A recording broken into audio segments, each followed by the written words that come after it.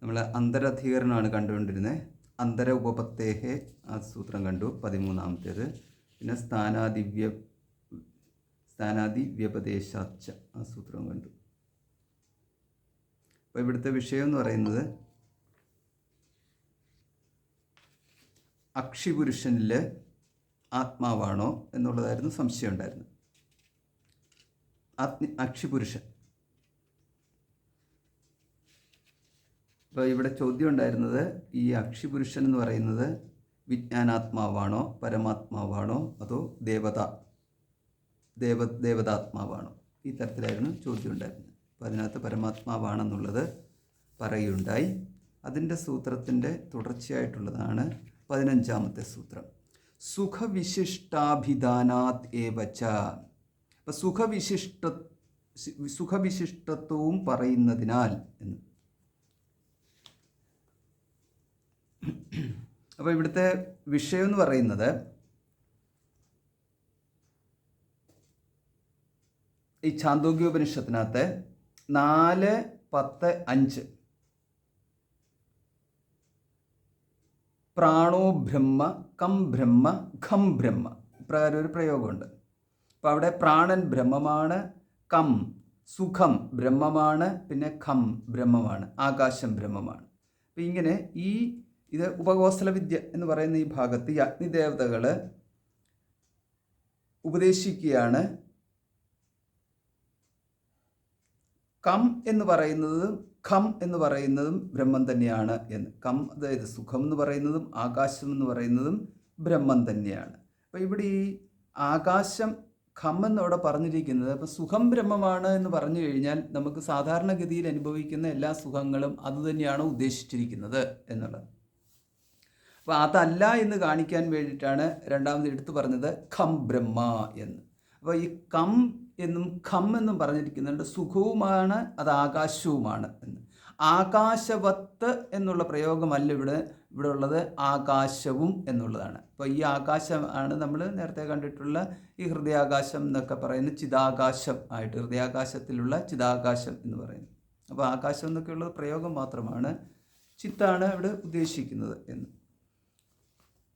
അങ്ങനെ എടുത്ത് ഇവിടെ പറഞ്ഞിട്ടുണ്ട് എന്ന്. അതായത് ഈ അക്ഷിപുരുഷനെ കുറിച്ച് പറയുന്നിടത്താണ് ഈ അക്ഷിപുരുഷൻ തന്നെയാണ് ഖം ബ്രഹ്മ എന്നും ഖം ബ്രഹ്മ എന്നും ഉള്ള വിശേഷണത്തോട് കൂടിയത് എന്ന്. അപ്പോൾ അതുകൊണ്ടാണ് സുഖവിശിഷ്ടാഭിധാനാത്, സുഖവിശിഷ്ടത്വവും അവിടെ പറഞ്ഞിട്ടുണ്ട്. അപ്പോൾ അങ്ങനെ ഉള്ള ഈ അക്ഷിപുരുഷനെ, കണ്ണിലുള്ള ഈ പുരുഷനെ യഥാ പുഷ്കരബലാശഃ ആപോ ന ശ്ലിഷ്യന്ത ഏവമേവം വിധി പാപകർമ്മ ന സൃഷ്യത്തെ. താമരയിലയിൽ, അതാണ് പുഷ്കരപലാശം എന്ന് പറഞ്ഞിരിക്കുന്നത്, താമരയിലയിൽ ജലം പറ്റാതിരിക്കുന്നത് പോലെ ഈ വ്യക്തിയിലും യാതൊരുവിധ പാപവും ഏൽക്കുന്നില്ല എന്ന്. അതായത് ഈ ഉപാസനയോട് കൂടിയവന് യാതൊരു വിധത്തിലുള്ള പാപവും ഉണ്ടാകത്തില്ല. അപ്പോൾ അതിനാണ് അക്ഷിപുരുഷനെ ഉപാസിച്ചു കഴിഞ്ഞാലുള്ളത്. അപ്പോൾ ഇവിടെയൊക്കെ കുറച്ചേറെ സംശയങ്ങളുണ്ട്. ഈ അക്ഷിപുരുഷ വിദ്യ എന്നൊക്കെ പറഞ്ഞു കഴിഞ്ഞാൽ, അപ്പോൾ നമ്മുടെ കണ്ണിലുള്ള പുരുഷനെ ഉപാസിക്കുക എന്ന് പറയുമ്പോൾ, അതായത് കണ്ണിൻ്റെ മുമ്പിൽ വിഷയമായിട്ട് വരുന്ന പുരുഷനെ ഉപാസിക്കാനല്ല പറയുന്നത്, പകരം കണ്ണിൽ തന്നെ ഉള്ള പുരുഷനെ ഉപാസിക്കാനാണ് പറയുന്നത്. അപ്പോൾ ഇതിനും വ്യത്യാസമുണ്ട്. അപ്പോൾ അതായത് ഛായ, അപ്പോൾ അതിന് പറയുന്നത് ഛായാപുരുഷൻ എന്ന് പറയും. അപ്പം കണ്ണിൻ്റെ മുന്നിൽ ഒരു ആകാരത്തെ നമ്മൾ കണ്ടാൽ, ഏത് ആകാരമാവട്ടെ, കണ്ണിൻ്റെ മുന്നിൽ കാണുന്ന ആകാരത്തെ ഉപാസിക്കാനല്ല പറയുന്നത്, പകരം കണ്ണിലിരിക്കുന്ന പുരുഷനെ ഉപാസിക്കാൻ എന്ന് പറയുന്നത്. അപ്പോൾ ഇങ്ങനെ വരുമ്പോൾ മാത്രമാണ് ഇത് ആധ്യാത്മിക വിദ്യ എന്നതിലേക്ക് വരത്തുള്ളൂ. നമ്മൾ ആധ്യാത്മിക വിദ്യ എന്ന് പറയുമ്പോൾ ആത്മനി വർത്തത്തെ എന്നുള്ളത്, അതായത് ആത്മ എന്ന് പറയുന്നത് അഹമാണ്. അപ്പോൾ അഹത്തിൽ നിന്ന് അന്യമല്ലാത്ത രീതിയിലുള്ള ഉപാസന വരുമ്പോൾ മാത്രമാണ് ആത്മസംബന്ധമായിട്ടുള്ള ഉപാസനയെന്നോ വിദ്യയെന്നോ ഒക്കെ പറയാവുന്ന മേഖലയിലേക്ക് വരിക. അല്ലാത്ത പക്ഷം എന്ന് പറയുന്നത് അത് ദേവതോപാസന എന്ന് പറയുന്ന വിഭാഗത്തിലേക്ക് വരും. അപ്പോൾ നമ്മളത് പുറത്ത് നിർത്തിക്കൊണ്ടാണ് നമ്മൾ ഉപാസിക്കുന്നതെങ്കിൽ ദേവതോപാസന, അതാണ് അതിൻ്റെ വ്യത്യാസം. അത് പുറത്തുള്ളത് ദേവതയാണ്, വിഷയം ആണ്, ദേവതയാണ്, ഇതെല്ലാം വരാം. ലോകം, വിഷയം, ദേവത, ഈ പറഞ്ഞതെല്ലാം പുറത്താണ് എന്നുള്ളത്. അപ്പോൾ ഈ ഒരു ഭാഗം നമ്മൾ അതിനകത്ത് നമുക്കൊരു വ്യക്തത വരുത്തണം. എങ്കിൽ മാത്രമേ അതിനകത്ത് നമ്മുടെ ഈ ഉപാസന എന്ന് പറയുന്നത് ദേവതോപാസനയാണോ അതോ ആധ്യാത്മിക വിദ്യയാണോ എന്നുള്ളതിനെക്കുറിച്ച് നമുക്കൊരു ക്ലാരിറ്റി കിട്ടത്തുള്ളൂ. അപ്പോൾ അതുകൊണ്ട് യേഷഃ അക്ഷിണി പുരുഷ ദൃശ്യത്തെ യേഷ ആത്മേതി ഹോവാച. അതുകൊണ്ട് ഈ ആത്മാ എന്ന് പറയുന്നത് ഏതാണ്? അക്ഷിയിലെ ഏതൊരു പുരുഷനെയാണോ കാണുന്നത് ആ പുരുഷൻ ആത്മാവാകുന്നു എന്ന്. അപ്പോൾ ഇവിടെ നമ്മുടെ സംശയം ഇതാണ്, അക്ഷിയിൽ കാണുന്ന പുരുഷൻ ഏത് തരത്തിലുള്ള പുരുഷനാണ്? അതായത് കർത്താവാണോ ഇരിക്കുന്നത്, ജ്ഞാതാവ് എന്നുള്ള രീതിയിൽ കർത്താവാണോ ഇരിക്കുന്നത്, അതോ ദേവത തന്നെയാണോ ഇരിക്കുന്നത്? ദേവത എന്ന് പറഞ്ഞാൽ സൂര്യദേവതയാണോ ഇരിക്കുന്നത്, അതോ പരമപുരുഷൻ എന്ന് പറയുന്ന പരമാത്മാവ് തന്നെയാണോ ഇരിക്കുന്നത്? ഇവിടെ ഉത്തരം പരമപുരുഷനായിട്ടുള്ള പരമാത്മാവ് തന്നെയാണ് അക്ഷിയിൽ ഇരിക്കുന്നത്. അപ്പോൾ ഈ അക്ഷിയിൽ ഇരിക്കുന്ന പുരുഷനെ നമ്മളിപ്പോൾ എങ്ങനെയാണ് ഉപാസിക്കുക? അപ്പോൾ അക്ഷിയിലിരിക്കുന്ന പുരുഷനെ നമുക്ക് ഉപാസിക്കുക എന്ന് പറഞ്ഞു കഴിഞ്ഞാൽ സമീപേ വർത്തനം, ആസനം വർത്തനം എന്നുള്ളത്. അപ്പം സമീപത്തിൽ വർത്തിക്കുക എന്ന് പറയുമ്പോൾ എപ്പോഴും ആ ഒരു അവബോധത്തിൽ നിൽക്കുക എന്നുള്ളതാണ്. അപ്പോൾ അതാണ് ഈ ഉപാസന എന്ന് പറയുന്നത്. അതായത് അക്ഷിപുരുഷനെ നമ്മൾ ഉപാസിക്കുക എന്ന് പറഞ്ഞു കഴിഞ്ഞാൽ മറ്റൊന്നുമല്ല, കണ്ണിലിരിക്കുന്ന പുരുഷനെ വിഷയമാക്കിക്കൊണ്ട് നമുക്ക് ഉപാസിക്കാൻ പറ്റത്തില്ല. പിന്നെ കണ്ണിലിരിക്കുന്ന പുരുഷനെ പിന്നെ നമ്മളിപ്പോൾ എങ്ങനെ ഉപാസിക്കുന്നത്? കണ്ണിലിരിക്കുന്ന പുരുഷനെക്കുറിച്ചുള്ള അവബോധത്തിൽ നമ്മൾ നിൽക്കുക എന്നുള്ളതാണ്. അങ്ങനെ നിൽക്കുമ്പോഴാണ് അവിടെ ഒരു ഉപാസനയാവുന്നത്. പിന്നെ അതായത് ഈ പരമപുരുഷനെ ഉപാസിക്കുന്നതിന് പല സ്ഥാനങ്ങൾ പറഞ്ഞിട്ടുള്ളതിൻ്റെ കൂട്ടത്തിൽ കണ്ണും ഒരു സ്ഥാനമായിട്ട് നമ്മൾ ഗണിച്ചു കൊള്ളണം, പ്രകാരം എടുക്കണം. കാരണം നമ്മൾ മുമ്പ് തന്നെ കാണുകയുണ്ടായി, പലയിടത്തും സ്ഥാനങ്ങളെക്കുറിച്ച് പറയുന്നത് കൽപ്പനകൾ കൊടുത്തിരിക്കുന്നത് കാണുകയുണ്ടായി. അതായത് ഹൃദയത്തിൽ ഉപാസിക്കുക എന്നും ഓരോ സ്ഥലങ്ങളിൽ മുമ്പ് പറയുകയുണ്ടായി. ശ്രുതോപനിഷത്ത് ഗത്യഭിധാനാച്ച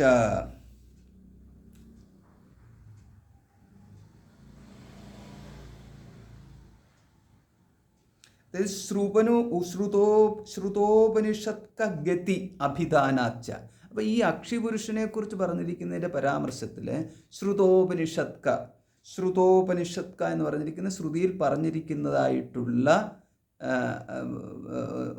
ഗതി അഭിധാനാത്, ശ്രുതിയിൽ പറഞ്ഞിട്ടുള്ളതായ ഗതി ഇവിടെ ഈ പുരുഷന് ലഭിക്കുന്നതിനാൽ, അതാണ് അതിൻ്റെ അർത്ഥം. അപ്പോൾ ശ്രുതിയിൽ പറഞ്ഞിരിക്കുന്ന ഗതി എന്ന് പറഞ്ഞിരിക്കുന്നത് നമുക്കറിയാം, ഗതി എന്ന് പറയുന്നത് രണ്ട് വിധത്തിലാണ്. അതായത് പിതൃയാനവും ദേവയാനവും എന്ന് പറയുന്ന രണ്ട് ഗതികളെ കുറിച്ചാണ് നമുക്കറിയാവുന്നത്. അപ്പോൾ ഇതിനകത്ത് ഈ പുരുഷന്, അതായത് ഈ അക്ഷിപുരുഷ വിദ്യയോട് കൂടിയിട്ടുള്ളവൻ അക്ഷിപുരുഷനെ ഉപാസിക്കുന്നത്, അക്ഷിപുരുഷൻ ആത്മാവായിട്ട് ഉപാസിക്കുന്നത്. അപ്പോൾ ഇവിടെ നമ്മൾ കാണണം, ഇവിടെ ഉപാസനയാണ് ഇവിടെ പറഞ്ഞിരിക്കുന്നത്. ഈ അക്ഷിപുരുഷൻ ആത്മാവായിട്ട് ഉപാസിക്കുന്നവന് നമ്മൾ സാധാരണഗതിയിൽ ഒരു സംശയം ഉണ്ടാവും, ഈ ബ്രഹ്മലോകത്തെത്തുവാൻ വേണ്ടിയിട്ട് എന്തുപാസനയാണ് ചെയ്യുന്നതെന്നൊക്കെ ഉള്ളത്. ഈ പറഞ്ഞിരിക്കുന്ന ഇതിനകത്ത് ഈ അക്ഷിപുരുഷ ഉപാസന തന്നെ ചെയ്താൽ മതി ബ്രഹ്മലോകത്തെത്താൻ വേണ്ടിയിട്ട്. അപ്പോൾ അതാണ് ഇവിടെ പരാമർശിക്കുന്നത്. അപ്പോൾ ഇതാണ് ഈ ശ്രുതോപനിഷത്ത് ഗതി. അപ്പോൾ ഇവിടുത്തെ ഗതി എന്ന് പറയുന്നത് ഉപനിഷത്തിൽ പറഞ്ഞിരിക്കുന്ന ഗതി ഏതാ? അപ്പോൾ സ്വധർമാചരണ രൂപമായ തപസ്, ബ്രഹ്മചര്യം, ശ്രദ്ധ, ഉപാസന, അതുപോലെ വിദ്യ, ഇതെല്ലാം കൊണ്ട് ഈ ആത്മാവിനെ ഉപാസിച്ചു കഴിഞ്ഞാൽ ഉത്തരായണ മാർഗത്തിൽ കൂടെ സഞ്ചരിക്കുന്നു. ഇങ്ങനെ ഉത്തരായണ മാർഗത്തിലൂടെ സഞ്ചരിച്ചുകൊണ്ട്, ഉത്തരായണ മാർഗം എന്നൊക്കെ പറയുന്ന സങ്കല്പത്തിൽ മാത്രം എടുക്കാവല്ല, നമ്മൾ കൃത്യമായിട്ട് ഈ മാസം നോക്കിയിട്ട് ആ മാസത്തിൽ തന്നെ മരിക്കണം ഇങ്ങനെയുള്ളതൊന്നും എടുക്കേണ്ട കാര്യമില്ല. കാരണം ഈ വ്യക്തി എങ്ങനെ മരിച്ചു കഴിഞ്ഞാലും അത് അവിടുത്തെ പ്രശ്നമുള്ള കാര്യമൊന്നുമല്ല. അപ്പോൾ ഉത്തരായണ മാർഗം എന്നൊക്കെ പറഞ്ഞിരിക്കുന്നത് സൂര്യമാർഗമാണ് എന്ന് കാണിക്കാൻ വേണ്ടിയിട്ട് മാത്രമാണ്. സൂര്യമാർഗത്തിലൂടെ സഞ്ചരിച്ചുകൊണ്ട് ആദിത്യനെ പ്രാപിക്കുന്നു. അപ്പോൾ ഇങ്ങനെയാണ് ഈ ഉപാസന ചെയ്യുന്ന വ്യക്തിയുടെ ഗതി.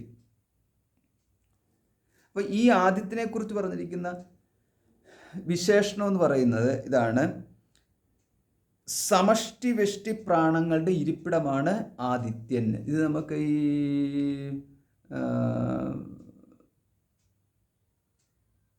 പ്രശ്നോപനിഷത്തിനകത്ത് ആ കാര്യങ്ങളൊക്കെ പരാമർശിച്ചിട്ടുണ്ട്.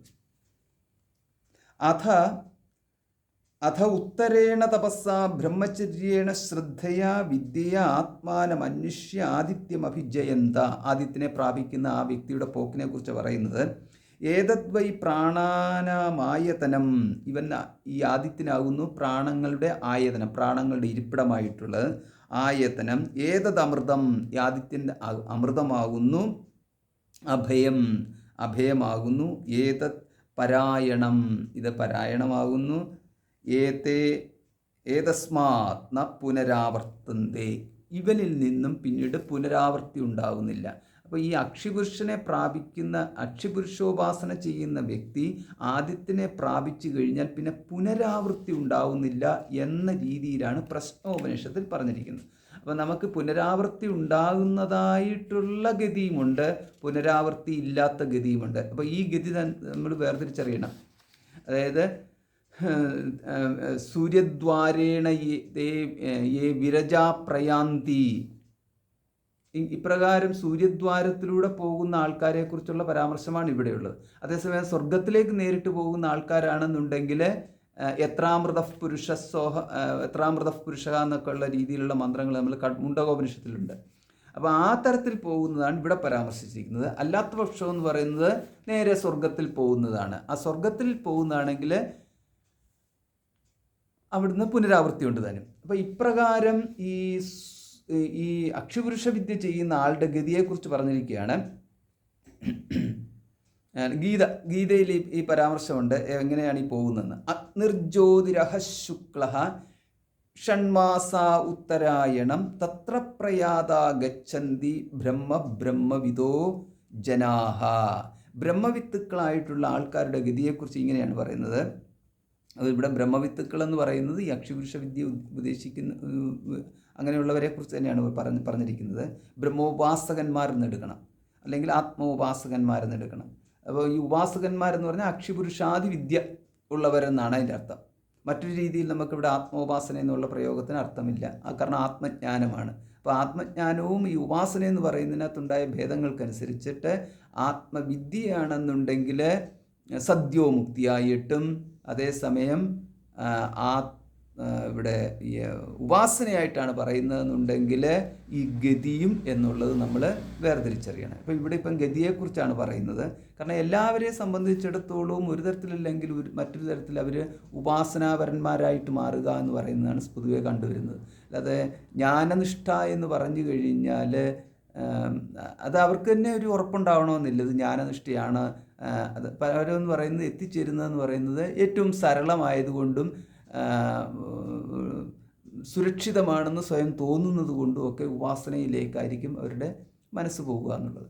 അപ്പോൾ അങ്ങനെ വരുമ്പോഴാണ് ഈ ഇപ്പം ജപം വരുന്നു, നാരായണായ നമഃ എന്നൊക്കെയുള്ള രീതിയിൽ അങ്ങനെ ജപത്തിൽ വരുന്നു. പിന്നെ കുറച്ച് നേരത്തെ ആണെങ്കിൽ ധ്യാനത്തിലേക്ക് പോകും, കുറച്ച് നേരത്തേക്കാണെങ്കിൽ പാരായണത്തിലേക്ക് പോകും. പിന്നെ അപ്പോൾ ഇങ്ങനെ പലതിലേക്ക് ഇങ്ങനെ പോയിക്കൊണ്ടിരിക്കുന്ന തരത്തിൽ മനസ്സിങ്ങനെ പോകുന്നു. പക്ഷേ അപ്പോൾ അവിടെയൊക്കെ കൂടുതലെന്ന് പറയുന്നത് ഈ വ്യക്തിയുടെ മനസ്സ് നിൽക്കുന്നത് ഉപാസന പ്രധാനമായിട്ടായിരിക്കും നിൽക്കുന്നതെന്ന്.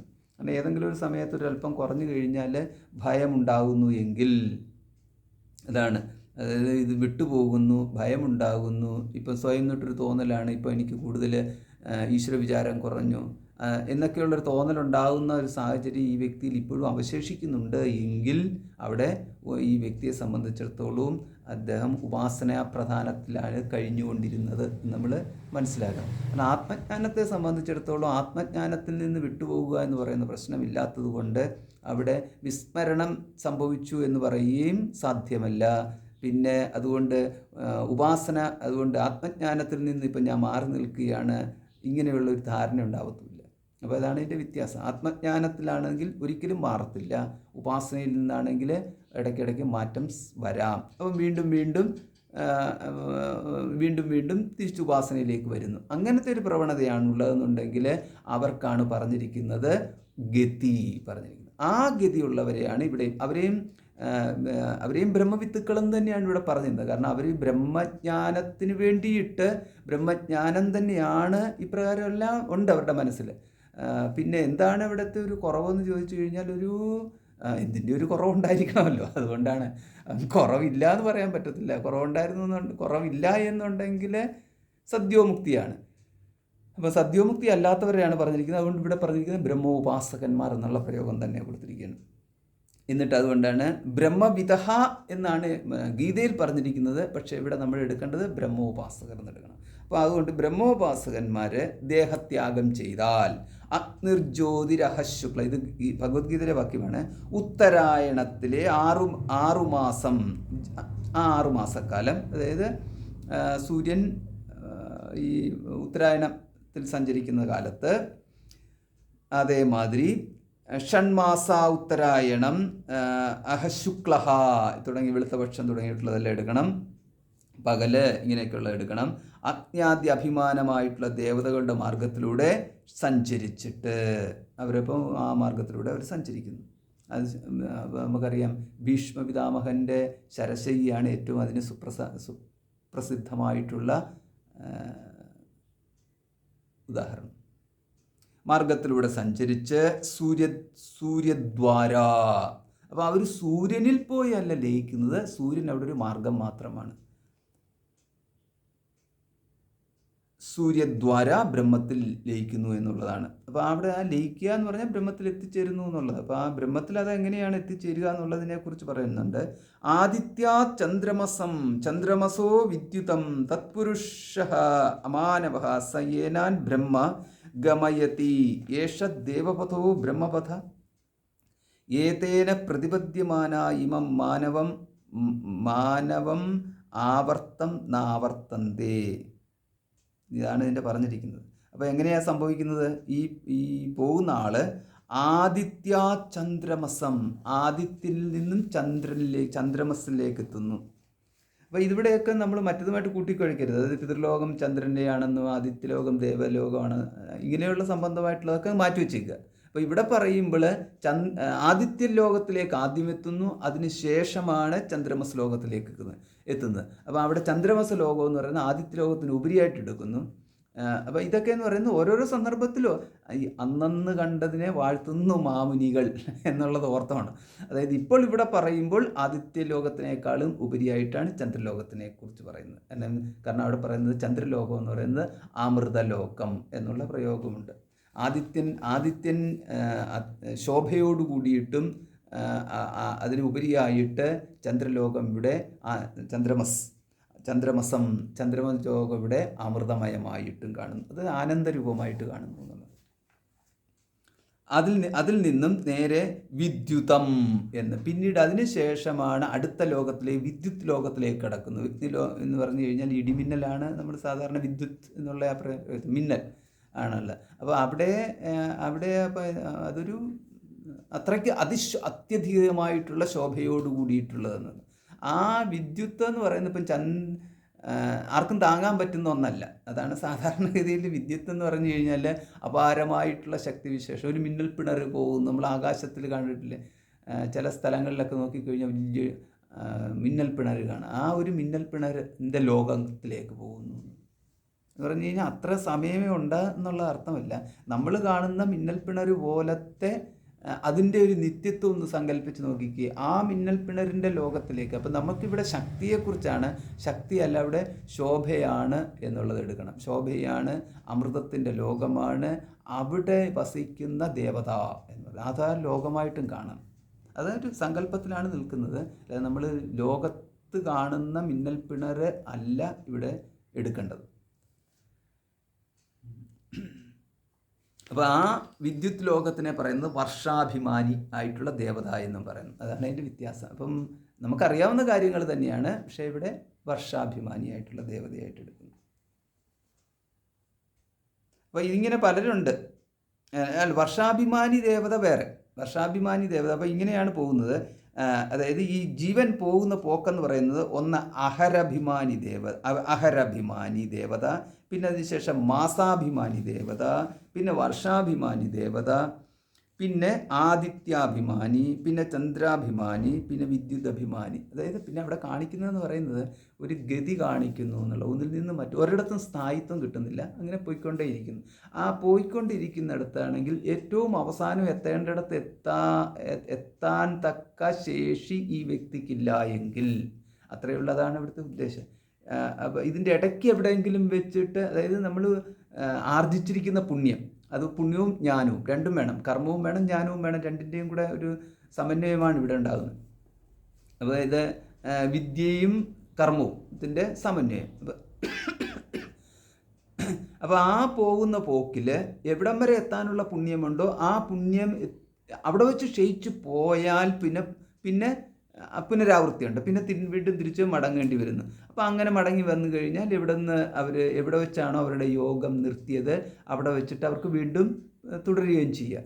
അപ്പോൾ ആ യോഗം തുടരുന്നതിന് മുമ്പായിട്ട് മറ്റെന്തെങ്കിലും കർമ്മഫലം അനുഭവിക്കേണ്ടതുണ്ടെന്നുണ്ടെങ്കിൽ ആ ജന്മം അവർക്ക് ലഭിക്കുകയും ചെയ്യും. അപ്പോൾ ആ കർമ്മഫലം അനുഭവിക്കാൻ വേണ്ടി ചിലപ്പോൾ വളരെ വളരെ മോശകരമായിട്ടുള്ളത് വേണമെങ്കിൽ വന്നുകൂടെ എന്നുള്ളൊരു സാഹചര്യം ഉണ്ടെങ്കിൽ അത് ഈ അവർ ആർജിച്ചു വെച്ചിട്ടുള്ള പുണ്യത്തിൻ്റെ ബലം കൊണ്ടും അവർ പോയ ലോകത്തിലെ ദേവതകളുടെ അനുഗ്രഹം കൊണ്ടും ഒക്കെ ആയിട്ട് അവർക്ക് ആ വലിയ ആഘാതം ഉണ്ടാവാത്ത വിധത്തിൽ ചെറിയ രീതിയിൽ ആ ദോഷങ്ങൾ അവർക്ക് പരിഹരിക്കപ്പെടും. അതായത് ഇപ്പം ചുരുക്കത്തിൽ പറഞ്ഞു കഴിഞ്ഞാൽ പല പാപങ്ങളും വേണമെങ്കിൽ നമ്മൾ സാധാരണഗതിയിൽ വേണ്ടത്ര പുണ്യം ഇല്ലാത്ത പക്ഷം ശരീരം കൊണ്ട് തന്നെ അനുഭവിക്കേണ്ടുന്ന തരത്തിലുള്ള ദുഃഖങ്ങളെല്ലാം നമ്മൾ ദേവതാ പ്രീതി കൊണ്ടോ അല്ലെങ്കിൽ ഉപാസന കൊണ്ടോ അല്ലെങ്കിൽ ജ്ഞാന വിചാരം കൊണ്ടോ ഒക്കെ നമ്മൾ പുണ്യം ആർജിച്ചിട്ടുണ്ടെങ്കിൽ അത് മുഴുവൻ വേണമെങ്കിൽ നമുക്ക് ഒരു സങ്കല്പത്തിലുള്ള ഒരു ദുഃഖമായിട്ടോ അതല്ല എങ്കിൽ അതേപോലെ സ്വപ്നത്തിൽ വരുന്ന ഒരു ദുഃഖമായിട്ടോ ഒക്കെ ആയിട്ട് അത് മാറിക്കിട്ടും. പുറത്തേക്കൊന്നും അനുഭവിക്കേണ്ടി വരുന്ന ഒരു സ്ഥിതിവിശേഷം ഉണ്ടാവത്തില്ല. ഇതിങ്ങനെ തന്നെയുള്ള എല്ലാ കാര്യത്തിലും ഇതേമാതിരി തന്നെയായിരിക്കും. വളരെ വലിയ രീതിയിൽ മറ്റേതെങ്കിലും സാഹചര്യമാണെങ്കിൽ വളരെ വലിയ രീതിയിൽ പൊട്ടിത്തെറിയാകാൻ പോകുന്ന സാഹചര്യങ്ങളൊക്കെ വളരെ നിസ്സാരമായിട്ട് ഒരല്പം എന്നുള്ളത് മാതിരി അത് ഈ വ്യക്തി ഒരു 5 മിനിറ്റത്തേക്കോ അല്ലെങ്കിൽ 10 മിനിറ്റത്തേക്കോ എന്നുള്ള രീതിയിൽ അല്ലെങ്കിൽ 5% എന്നോ ഉള്ള രീതിയിൽ ഒന്ന് ചഞ്ചലത്വമാക്കി വിടുന്ന തരത്തിൽ ഒന്ന് വിചാരം ചെയ്യേണ്ട സാഹചര്യം ഉണ്ടാകുന്ന വിധത്തിൽ മാത്രമാക്കി ഒരു ദുഃഖ ലാഞ്ചന എന്ന് പറയാം, അല്ലെങ്കിൽ അങ്ങനെയുള്ള രീതിയിലാക്കി വിടും. അതൊക്കെ ഈ ഉപാസന ചെയ്യുന്ന ആൾക്കാരെ സംബന്ധിച്ചിട്ടാണ്. അതുകൊണ്ടാണ് ഈ വ്യക്തി എപ്പോഴും ആയിരിക്കും എന്ന് പറയുന്നത്. അതായത് പൂർവ്വകാല സംബന്ധമായിട്ടുള്ള പാപങ്ങളൊന്നും ഈ വ്യക്തിയെ ബാധിക്കത്തില്ല എന്ന് പറയുന്നതിൻ്റെ കാരണം ഇതാണ്. ലൗകികമായിട്ടുള്ള രീതിയിൽ അനുഭവിക്കേണ്ടി വരുന്ന ദുരിതങ്ങൾ മുഴുവനും ഈ വ്യക്തിക്ക് ഒഴിഞ്ഞു കിട്ടും. അപ്പോൾ ഇവിടെയാണെന്നുണ്ടെങ്കിൽ ഇവിടെ പുനരാവൃത്തി ഇല്ലാത്ത പോക്കിനെ കുറിച്ചാണ് പറയുന്നത്. അതുകൊണ്ട് ഈ വ്യക്തി ഇവിടെ ഇടയ്ക്കൊന്നും നിൽക്കുന്നില്ല, ഈ ലോകങ്ങളിലൊന്നും നിൽക്കുന്നില്ല, പോയിക്കൊണ്ടേയിരിക്കുന്നു. അങ്ങനെ പോകുന്ന വ്യക്തിയാണ് വിദ്യുതഭിമാനിയിൽ എത്തുന്നു. അപ്പോൾ അവിടെ വെച്ചിട്ട് അപ്പോൾ ഇവിടെ ഈ വിദ്യുതഭിമാനി എന്നിവിടെ പറയുമ്പോൾ ഇപ്പോൾ നമുക്ക് പറയാം ബ്രഹ്മലോകത്തിൽ എത്തിയതിന് വ്യക്തി എന്നിവിടെ ഗണിക്കണം എന്ന്. ഇങ്ങനെയാണ് പല ലോകങ്ങളെക്കുറിച്ച് പറയുന്നതിന് പകരം ഇവിടെ പല അഭിമാനി ദേവതകളെക്കുറിച്ച് പരാമർശിച്ചിരിക്കുന്നതെന്ന് മാത്രമേ ഉള്ളൂ. അപ്പോൾ നമ്മളിവിടെ ഇപ്പോൾ ഈ വ്യക്തി പുരാണത്തിൻ്റെ ദൃഷ്ടിയിലൂടെ നോക്കിക്കഴിയുമ്പോൾ ബ്രഹ്മലോകത്തെത്തിയതായിട്ട് ഗണിക്കണം. അല്ലെങ്കിൽ ഇവിടെ നമുക്ക് പറയുന്നത് വിദ്യുത് ലോകത്തിലെത്തി എന്ന് പറയും. അപ്പോൾ അങ്ങനെ എത്തിക്കഴിഞ്ഞാൽ അവിടെ സഗുണ ബ്രഹ്മത്തെ പ്രാപിക്കുന്നു എന്നുള്ളതാണ്. അതാണ് ബ്രഹ്മലോകപ്രാപ്തി എന്ന് പറയുന്നത്. അവിടെ നിന്നുകൊണ്ട് അവിടെ ഇരുന്നു കൊണ്ട് അപ്പം ബ്രഹ്മാവിനൊപ്പം എത്ര കാലം ബ്രഹ്മാവ് ഇനിയോ അവശേഷിക്കുന്നുണ്ടോ അത്രയും കാലം ബ്രഹ്മാവിനൊപ്പം കഴിയുന്നു. അങ്ങനെ ബ്രഹ്മലോകത്തിലെ അതിവിശിഷ്ടമായ സ്ഥാനത്ത്, അപ്പം ബ്രഹ്മലോകം എന്ന് പറയുന്നത് അവിടെ പോയിട്ടൊരു നികൃഷ്ട സ്ഥാനം എന്ന് പറയാൻ ഒന്നുമില്ല. അപ്പം നമ്മുടെ സങ്കല്പത്തിലുള്ള ബ്രഹ്മലോകമൊന്നും നമുക്കറിയത്തില്ല. യഥാർത്ഥത്തിൽ ബ്രഹ്മലോകം എന്ന് പറയുന്നതല്ലാണ്ട് ബാക്കിയുള്ള കൽപ്പനകളൊന്നും, ബ്രഹ്മലോകത്തെ സംബന്ധിച്ചിട്ടുള്ള കൽപ്പനകളൊക്കെ എന്ന് പറയുന്നത് വളരെ കുറവ് മാത്രം, ഇൻഫർമേഷൻ വളരെ കുറവാണ് നമുക്ക് കിട്ടിയിരിക്കുന്നത്. സ്വർഗ്ഗലോകത്തെക്കുറിച്ച് വളരെയധികം നമുക്ക് അറിവ് കിട്ടുന്നുണ്ടെങ്കിലും ബ്രഹ്മലോകത്തിൻ്റെ യഥാർത്ഥ സ്ഥിതി എന്താണെന്ന് നമുക്ക് ഇപ്പോഴും അറിയത്തില്ല. കാരണം സ്വർഗ്ഗലോകത്തിൽ നിന്ന് എത്രയോ ലോകങ്ങൾക്കുപരിയാണ് ബ്രഹ്മലോകം എന്നുണ്ടെങ്കിൽ സ്വർഗ്ഗലോകത്തിനകത്ത് കിട്ടാവുന്ന സുഖത്തിനേക്കാളും മറ്റെന്തധികമാണ് ബ്രഹ്മലോകത്ത് കിട്ടുന്നതെന്നുള്ളതാണ് നമുക്ക് എപ്പോഴും ഉണ്ടാകുന്ന ഒരു സംശയം. പക്ഷേ അങ്ങനെ ഒന്നുണ്ടെന്ന് പറഞ്ഞു കഴിഞ്ഞാൽ അത്രയേ ഉള്ളൂ. അപ്പം ഈ സ്ഥാനങ്ങൾ കൂടും തോറും അധികാരവും അവകാശങ്ങളും സുഖങ്ങളും ഒക്കെ എന്ന് പറയുന്നത് കൂടുന്നു എന്നുള്ളതാണ്. അതിലോടൊപ്പം സേവകരുടെ എണ്ണം കൂടുന്നു, എല്ലാം ഉണ്ടാവും. ഉദാഹരണം നമ്മൾ രാജ്യത്തിൻ്റെ അധിപന്മാരെ കുറിച്ചൊക്കെ നമ്മൾ നോക്കിക്കഴിയുമ്പോൾ അങ്ങനെയാണ് കാണുന്നത്. അപ്പോൾ ഇതേമാതിരി ഇവിടെയും അതേമാതിരി ബ്രഹ്മലോകത്ത് എത്തിക്കഴിഞ്ഞാൽ ബ്രഹ്മാവിനെ പോലെ ഉള്ള ഒരു സ്ഥാനപ്രാപ്തിയാണ് ഇവിടെ കിട്ടുന്നത്. ഇതിന് സമാനമായിട്ടാണ് ഇപ്പം വിഷ്ണു ലോകത്ത് എത്തുകയാണെന്നുണ്ടെങ്കിൽ സാരൂപ്യം എന്ന് പറയുന്ന സ്ഥാനത്തേക്ക് എത്തുന്നത്. ഇപ്പോൾ സാമീപ്യം, സാരൂപ്യം എന്നൊക്കെയുള്ള ആ പ്രയോഗം ഉണ്ടല്ലോ. അപ്പം വിഷ്ണു സമാനം ആയിട്ട് വ്യക്തി മാറുന്നു. വിഷ്ണു സമാനമായിട്ടുള്ള വ്യക്തി എന്ന് പറഞ്ഞു കഴിഞ്ഞാൽ വിഷ്ണുവിനെ പോലെ തന്നെ സർവരാലും ആരാധ്യനായിട്ട് മാറുന്നു, യോഗ്യതയുണ്ടാകുന്നു എന്ന്. അപ്പം മിക്കവാറും സാധാരണഗതിയിലൊക്കെ ആണെന്നുണ്ടെങ്കിൽ അപ്പം മിക്കവാറും ഈ വിഷ്ണു ക്ഷേത്രങ്ങളിലൊക്കെ അങ്ങനെയുള്ള ഒരാളിനെ എന്നാൽ അവിടെ പോയിട്ട് കുറച്ച് നാൾ ഇരുന്നോ, വിഷ്ണു പ്രതിഷ്ഠ ഇല്ല സ്ഥാനത്ത് പോയിരുന്നോ, ഇവരുടെ ഭക്തന്മാരുടെ കാര്യങ്ങളൊക്കെ നോക്കിയിട്ട് സമയമാകുമ്പം അവർക്ക് അവിടുന്ന് തിരിച്ച് നേരെ വിഷ്ണു ലോകത്തിലേക്ക് പോവുകയും ചെയ്യാം. വിഷ്ണുവിന് എല്ലായിടത്തും എല്ലാ ക്ഷേത്രങ്ങളിലും പോയിരിക്കാൻ പറ്റത്തില്ല എന്നുണ്ടെങ്കിൽ ഇതേമാതിരി ഈ വിഷ്ണുവും വിഷ്ണു ഭക്തന്മാരും അവിടെ ഒന്ന് തന്നെയാണ്. അതുകൊണ്ട് ഭേദമൊന്നുമില്ല. അതുകൊണ്ട് നമ്മൾ പോയിട്ട് പൂജിക്കുന്നത് വിഷ്ണുവിനെയാണോ വിഷ്ണു ഭക്തന്മാരെയാണോ എന്നുള്ളതാണ് നമ്മൾ എന്ന് പറഞ്ഞു കഴിഞ്ഞാൽ വിഷ്ണുവും ഭഗവാനും ജ്ഞാനീത്വാത്മൈവമേ മതം. അപ്പോൾ ഇവിടെ ഭക്തനും ഭഗവാനും ഒന്ന് തന്നെയാണ്. അതായത് ദേഹത്യാഗം ചെയ്യപ്പെട്ട ഭക്തന്മാരാവാം ചിലപ്പോൾ വിഷ്ണു രൂപത്തിലും ശിവരൂപത്തിലും ഒക്കെ ആയിട്ട് ഓരോരുത്തർക്കും ഇരുന്നു കൊണ്ട് ഈ പൂജാദികൾ സ്വീകരിക്കുന്നത്. അങ്ങനെ ഒരു ധാരണ മാത്രമാണ് പറയുന്നത്, അല്ലാതെ അങ്ങനെയാണ് എന്ന് ശാസ്ത്രം എങ്ങും പറയുന്നില്ല. പക്ഷേ അങ്ങനെ അല്ല എന്ന് പറയത്തക്ക തരത്തിൽ നമുക്ക് തെളിവുകളൊന്നുമില്ല. അപ്പം ഇങ്ങനെയുള്ളവർ ഏതേന പ്രതിപദ്യമാനാഹ ഇവം മാനവം ആവർത്തം നാവർത്തന്തേ. ഈ മാനവ ലോകത്തിലേക്ക് പിന്നീട് മടങ്ങി വരുന്നില്ല. ആവർത്തന്തേ എന്ന് പറഞ്ഞാൽ ഈ മാനവ ലോകത്തിലേക്ക്, മനുഷ്യലോകത്തിലേക്ക് വീണ്ടും പിന്നെ ആ വ്യക്തി തിരിച്ചു മടങ്ങുന്നില്ല എന്ന്. അതായത് ഇവിടെ മാനവ ലോകത്തിലേക്ക് മടങ്ങുക എന്ന് പറഞ്ഞാൽ ദുഃഖത്തിൻ്റെ ലോകത്തിലേക്ക് മടങ്ങുന്നില്ല എന്ന് മാത്രമേ അർത്ഥമുള്ളൂ. അപ്പം നമ്മളവിടെ തന്നെ നമ്മുടെ വീടും പരിസരവും ചേർന്നിട്ട് അതാണ് മാനവലോകം എന്നുള്ളൊരു സങ്കല്പിക്കേണ്ട കാര്യമില്ല. കാരണം ഇവിടെ ആ തരത്തിലുള്ള ലോകമല്ല ഇവിടുത്തെ മാനവലോകം എന്ന് പറഞ്ഞു കഴിഞ്ഞാൽ. അതായത് ഈ ഇതെന്താ കള്ളവും ചതിയും വഞ്ചനയും നഷ്ടവും ലാഭവും ഇങ്ങനെയൊക്കെയുള്ള ആൾക്കാരുണ്ടല്ലോ. ഏതെങ്കിലും മാനവും മാനക്കേടിൻ്റെ പേരിൽ ആത്മഹത്യയും ഇങ്ങനെയൊക്കെയുള്ള പലതും കൊണ്ട് നടക്കുന്ന ആൾക്കാർ, അതിനെയാണ് മാനവലോകം എന്ന് പറയുന്നത്. അല്ലാതെ വീണിടം വിഷ്ണു ലോകം എന്നൊക്കെ പറയുന്ന പ്രയോഗമില്ലേ, വീണിടം വിഷ്ണു ലോകം, അങ്ങനെയാണ്. അതായത് വിഷ്ണു ഭക്തന്മാരായിട്ട് നടക്കുന്നവരെ സംബന്ധിച്ചിടത്തോളം അവരിപ്പോൾ തന്നെ അവർ മാനവലോകത്തിലൊന്നും അല്ല, അവർ വൈകുണ്ഠത്തിൽ തന്നെയാണ് വസിക്കുന്നത്. അപ്പോൾ നമ്മൾ ഈ ലോകത്തിനെ കുറിച്ച് വിചാരിക്കുമ്പോൾ നമ്മൾ ഈ എല്ലാ മനുഷ്യരും മനുഷ്യരാണെന്ന് വിചാരിക്കരുത്. എല്ലാ മനുഷ്യരും മനുഷ്യരല്ല. അതിനകത്ത് കുറച്ച് പുലികളും കുറച്ച് കരടികളും കുറച്ച് അജ്ഞാതി ദേവതകളെ മാതിരി ദേവതാസ്വരൂപന്മാരും കുറച്ച് വിഷ്ണു ഭക്തന്മാരും ഉണ്ടാവും, കുറച്ച് വിഷ്ണു കുറച്ചെന്ന് പറഞ്ഞാൽ വിഷ്ണു ഒന്നേ ഉള്ളൂ. പക്ഷേ എങ്കിൽ കൂടി നമുക്ക് പറയും ഓരോരോ വിഷ്ണുവായിട്ട് നടക്കുന്ന ആൾക്കാരും ഉണ്ടാകും, ശിവനായിട്ട് നടക്കുന്ന ശിവോഹം എന്ന് പറയുമ്പം ശിവനായി. പിന്നെ അപ്പോൾ ഈ ശിവനും ആ ശിവനും തമ്മിൽ വ്യത്യാസമില്ലല്ലോ. അതേമാതിരിയാണ് സോഹം എന്ന് പറയുന്നത്. ഏതൊരുവൻ സോഹം എന്ന് പറയുന്നു ആ വ്യക്തിയും പിന്നെ പരമാത്മാവും തമ്മിൽ വ്യത്യാസമില്ല. അപ്പം പരമാത്മാവും മഹാവിഷ്ണുവും തമ്മിൽ വ്യത്യാസമില്ല. അങ്ങനെയാണെന്നുണ്ടെങ്കിൽ സോഹം എന്നവിടെ പറയുമ്പോൾ വിഷ്ണു തന്നെയായി. അതാണ്. അപ്പോൾ നമ്മൾ കാണുന്നതിനകത്ത് ആ ഒരു ബോധത്തോടു കൂടി യാതൊരു വ്യക്തി ഉണ്ടോ ആ വ്യക്തി ഈശ്വരൻ തന്നെയാവും. അതുകൊണ്ട് പൂജ സ്വീകരിക്കാം എന്നാണ്. പൂജിച്ചാലും പൂജ സ്വീകരിച്ചാലും എല്ലാം ഇവിടെ ഒന്നുപോലെയുള്ളൂ. പൂജിക്കുന്നവനും പൂജ സ്വീകരിക്കുന്നവനും വിഷ്ണു തന്നെ എന്ന് അങ്ങനെയും കൂടെ എടുക്കണം, എങ്കിൽ മാത്രമേ ഉള്ളൂ. കാരണം പൂജ സ്വീകരിക്കുന്നവൻ, ഞാൻ പൂജ സ്വീകരിക്കുന്ന വിഷ്ണുവും ഇവനെന്നെ പൂജിക്കുന്ന ഭക്തനും, ഈ ഒരു ബുദ്ധി വന്നാൽ ദ്വൈതഭേദമുണ്ട്. ആ ദ്വൈതഭേദമുണ്ട് എന്നുണ്ടെങ്കിൽ ഉത്കൃഷ്ട നികൃഷ്ട ഭേദങ്ങളുണ്ട്. ഉത്കൃഷ്ട നികൃഷ്ട ഭേദങ്ങളുണ്ടെന്നുണ്ടെങ്കിൽ മാനവ ബുദ്ധിയാണ്. ഇത്രയേ ഉള്ളൂ സംഭവം. ആ വ്യക്തി നിൽക്കുന്നത് മാനവ ലോകത്തില, പിന്നെ വൈകുണ്ഠത്തിലല്ല നിൽക്കുന്നത്. അപ്പം ഭേദബുദ്ധിയും അത് നികൃഷ്ടത്വവും കാണേണ്ടതായിട്ടുള്ളത് ഒന്നും തന്നെ ഇല്ല എന്നുള്ളതാണ്. നികൃഷ്ടത്വം എവിടെ കാണുന്നുവോ തന്നേക്കാൾ ഉത്കൃഷ്ടത്വവും എങ്ങും കാണേണ്ട കാര്യമില്ല, തന്നേക്കാൾ നികൃഷ്ടത്വവും എങ്ങും കാണേണ്ട കാര്യമില്ല. കാരണം ഇവിടെ പരമേശ്വരനേക്കാളും ഉപരിയായിട്ടോ പരമേശ്വരിൽ എന്തെങ്കിലും നികൃഷ്ടമായിട്ടോ എന്ന് പറയുന്ന ഈ രണ്ട് ഭാവങ്ങളും ഇല്ലാത്തതിനാൽ. കാരണം സർവം നാരായണമയം തന്നെ എടുത്തോളൂ. സർവം നാരായണമയമായി കഴിഞ്ഞാൽ നാരായണിൽ നികൃഷ്ടത്വം എന്ന് പറയുന്നത് ചിന്തിക്കാൻ പോലും സാധ്യമല്ലാത്ത ഒന്നാണ്. അതുകൊണ്ട് നാരായണനിലാണ് സർവ്വഭൂതങ്ങൾ നിൽക്കുന്നത്. യസ്മിൻ സർവാണി ഭൂതാനി ഒക്കെയാണല്ലോ നമ്മൾ കണ്ടിട്ടുള്ളത്. അപ്പോൾ നാരായണനിൽ തന്നെയാണ് സർവ്വഭൂതങ്ങൾ നിൽക്കുന്നത്, അല്ലെങ്കിൽ പരമേശ്വരനിൽ തന്നെയാണ് സർവ്വഭൂതങ്ങൾ നിൽക്കുന്നത്. ഇങ്ങനെയുള്ള ബുദ്ധിയോട് കൂടിയിട്ടുള്ളവന് നികൃഷ്ടത്വം ഒന്നിൽ തന്നെയും കൽപ്പിക്കാൻ സാധ്യമല്ല എന്നുള്ളത്.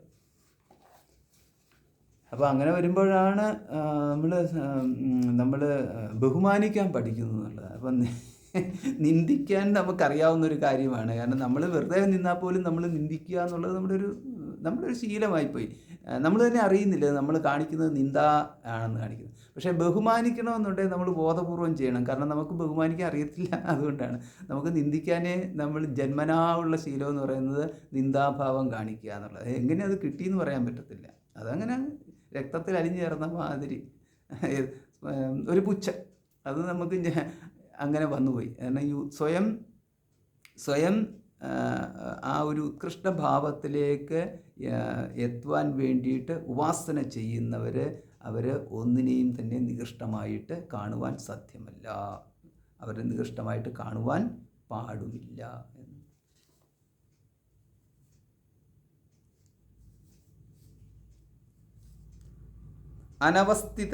അനവസ്ഥിതേതര സംഭവാച്ച.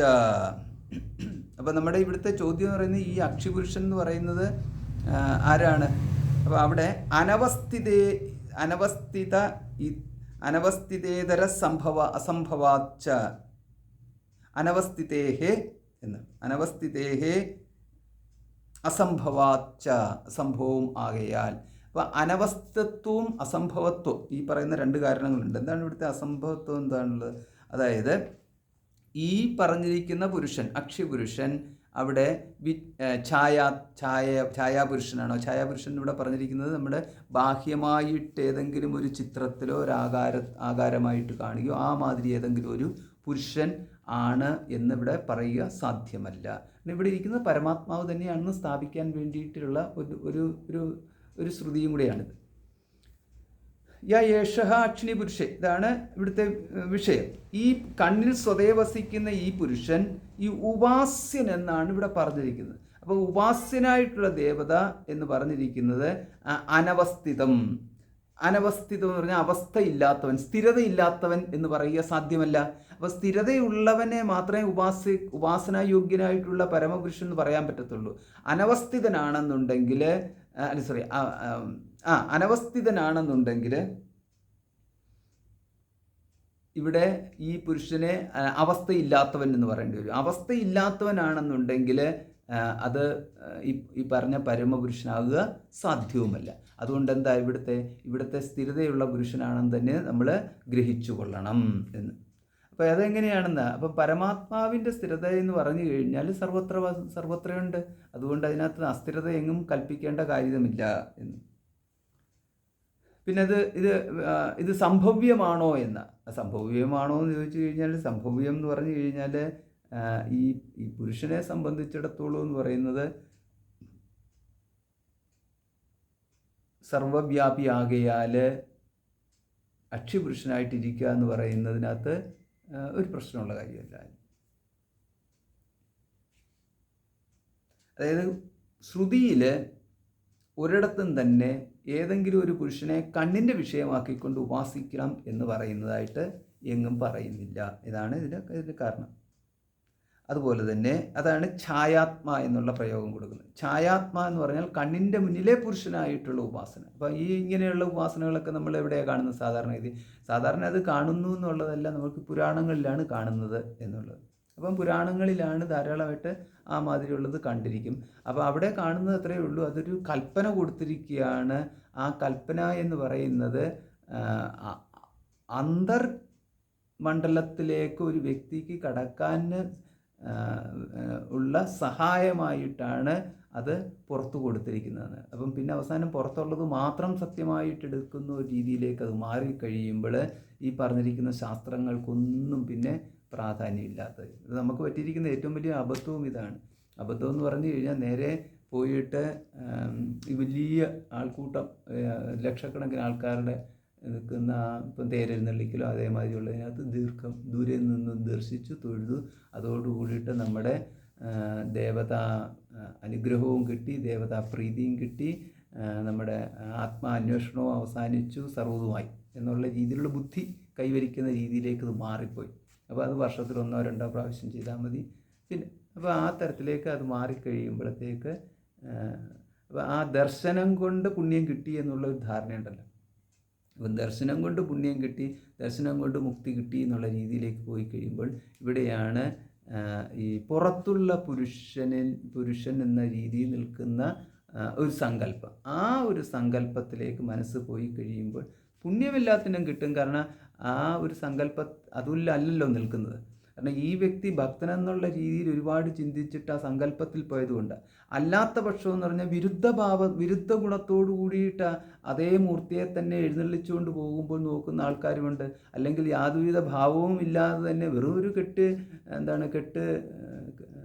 ഒരു യോച്ചറ കാളയൊക്കെ ഉണ്ടല്ലോ, കെട്ടുകാഴ്ച കെട്ടുകാഴ്ചയായിട്ട് പോകുന്ന തരത്തിൽ കൗതുകത്തോടു കൂടി നിൽക്കുന്ന ആൾക്കാരുണ്ട്, ഭക്തിയോടുകൂടി നോക്കി നിൽക്കുന്ന ആൾക്കാരുണ്ട്. അപ്പം ഭക്തിയോടുകൂടി നിൽക്കുന്ന ഒരാളിനെ സംബന്ധിച്ചിടത്തോളം ആ പറയുന്ന ദേവത എന്ന് പറയുന്നത് നിരന്തരം ഭക്തൻ്റെ ഹൃദയത്തിൽ വസിക്കുന്ന ദേവതയുടെ സ്ഥാനത്ത് തന്നെയാണ് പുറത്ത് കാണുന്ന ദേവത എന്നത്. അപ്പോൾ അതുകൊണ്ട് അത് സംബന്ധിച്ചിടത്തോളം പറഞ്ഞു കഴിഞ്ഞാൽ ഭക്തൻ ഹൃദയത്തിൽ തന്നെയാണ് ദേവതയെ കാണുന്നത്, പകരം പുറത്തല്ല എന്നുള്ളതാണ്. അല്ലാത്തവരെ സംബന്ധിച്ചിടത്തോളം അത് പുറത്ത് എന്നുള്ള രീതിയിൽ ഒരു കെട്ടുകാഴ്ച പോലെ അത് മാറി കാണുകയും ചെയ്യുന്നു. അതുകൊണ്ട് ദേവതാ ദർശനം പുണ്യം എന്ന് പറഞ്ഞു കഴിഞ്ഞാൽ, അപ്പോൾ ഇതുകൊണ്ടാണ് നമ്മൾ ഈ ഘോഷയാത്രയായിട്ട് പോകുമ്പോൾ കാണുന്നവർ മുഴുവനും നിന്ദിക്കുന്നവരുമുണ്ട്, പരിഹസിക്കുന്നവരുണ്ട്. നമുക്കറിയാമല്ലോ, പല ജാതി ആൾക്കാരും പല വിഭാഗത്തിൽപ്പെട്ട ആൾക്കാരും ഒക്കെ ഉണ്ട്. ഈ ജാതി എന്ന് പറഞ്ഞാൽ കൂട്ടം എന്നേ അർത്ഥമുള്ളൂ, അല്ലാതെ പല ജാതി എന്ന് പറഞ്ഞു കഴിഞ്ഞാൽ നമ്മുടെ കാസ്റ്റ് എന്നുള്ള അർത്ഥത്തിലല്ല പറയുന്നത്, പലതരം എന്നുള്ള അർത്ഥത്തിലാണ് പല ജാതി എന്ന് പറയുന്നത്. അപ്പം പലതരം ആൾക്കാരുണ്ട്. അത് പല മനോഭാവത്തെയാണ് ഇവിടെ ഉദ്ദേശിക്കുന്നത്. പല മനോഭാവത്തോടു കൂടി നോക്കിക്കഴിയുമ്പോൾ അവരെല്ലാവരും ദേവതാ ദർശനത്താൽ മുക്തരായിട്ടോ അല്ലെങ്കിൽ ഭക്തരായിട്ടോ അല്ലെങ്കിൽ സിദ്ധരായിട്ടോ ഫലപ്രാപ്തി കിട്ടിയവരായിട്ടോ പാപക്ഷയം വന്നവരായിട്ടോ ഒന്നും ഇവിടെ മാറുന്നതായിട്ട് കാണുന്നില്ല. അങ്ങനെയാണെന്നുണ്ടെങ്കിൽ വിഗ്രഹം തന്നെ തല്ലി ഉടയ്ക്കാൻ പോകുന്ന ആൾക്കാരുണ്ടല്ലോ, വിഗ്രഹത്തിൻ്റെ തന്നെ ആടയാഭരണങ്ങളൊക്കെ എടുത്തുകൊണ്ട് പോകുന്നു. അവർക്കൊക്കെ അതുകൊണ്ട് ദോഷം സംഭവിക്കുന്നു എന്ന് പറയുന്ന ആൾക്കാരുണ്ട്. അവർക്കെന്ത് ദോഷം സംഭവിക്കുന്നു എന്ന് വെച്ച് കഴിഞ്ഞാൽ, സാധാരണഗതിയിൽ സമൂഹത്തിലെ ഏതെങ്കിലും തരത്തിൽ എന്തെങ്കിലും അന്യൻ്റേതായ മുതൽ അപഹരിക്കുന്നവർക്ക് സംഭവിക്കുന്നതായിട്ടുള്ള ആ ദോഷങ്ങൾ മാത്രമേ സംഭവിക്കുന്നുള്ളൂ. അല്ലാതെ വിശേഷകരമായിട്ടുള്ള ദോഷങ്ങളൊന്നും പ്രത്യേകിച്ചില്ല. അപ്പം ദേവതാ ബുദ്ധിയോട് കൂടിയിട്ടാണ് അവരത് ഉപാസിക്കുന്ന ദേവതയുടെ അപഹരിക്കുന്നു എന്നുള്ള ബുദ്ധി അവർക്കുണ്ട് എന്നുണ്ടെങ്കിൽ അവർ ചെയ്യുന്ന കർമ്മം അവരെ സംബന്ധിച്ചിടത്തോളം കൂടുതൽ പാപഹേതുവായിട്ട് തരുന്നു. അതേസമയം അപ്രകാരം ഒരു ബുദ്ധി അവർക്കില്ല എന്നുണ്ടെങ്കിൽ അവരെ സംബന്ധിച്ചിടത്തോളം അവിടെ ദേവതകളില്ല. അപ്പോൾ ഇതാണ് അവരുടെ സങ്കല്പത്തിനനുസരിച്ചിട്ടും അവരുടെ കർമ്മത്തിനനുസരിച്ചിട്ടുള്ള പല വിധത്തിലുള്ള പോക്കുന്നത്. ആ ഒരു നിഗൂഢമായിട്ടുള്ള മേഖലയിൽ നമുക്ക് എത്ര അതിനെക്കുറിച്ച് വിചാരം ചെയ്തു കഴിഞ്ഞാൽ അതിൻ്റെ പോക്ക് എങ്ങനെയാണെന്നോ എന്തുമാത്രം പുണ്യപാപങ്ങളാണ് അതിനകത്തൂടെ ഉണ്ടാകുന്നതെന്നോ നമുക്കൊന്നും നമുക്ക് അനുമാനിക്കാൻ പോലും സാധിക്കാത്ത വിധത്തിൽ അത് കുറച്ച് നിഗൂഢമായ സ്ഥലങ്ങളിലാണ് അത് കിടക്കുന്നത്. അപ്പോൾ അതവിടെ അങ്ങനെ കിടക്കട്ടെ. അപ്പോൾ നമ്മുടെ വിഷയം ഇതാണ്.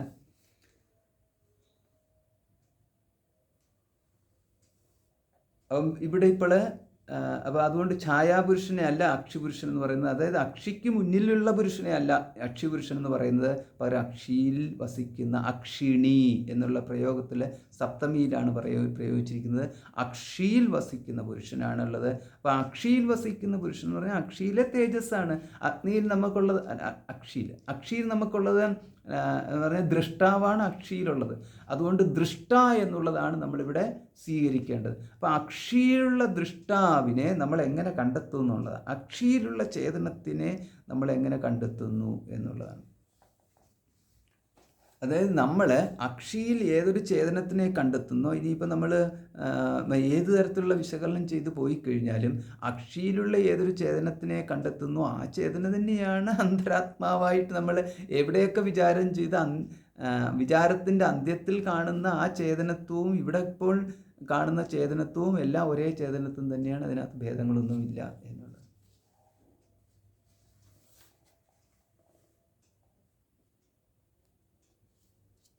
അതായത് ഈ പറഞ്ഞിരിക്കുന്ന പുരുഷന് തന്നെയാണ് അമൃതത്വം, അഭയത്വം തുടങ്ങിയിട്ടുള്ളതെല്ലാം പറഞ്ഞിരിക്കുന്നത്. അപ്പോൾ അമൃതത്വവും അഭയത്വവും ഒക്കെ പറഞ്ഞിട്ടുള്ള സ്ഥിതിക്ക് ഈ പുരുഷന് മറ്റൊന്നാവത്തില്ല.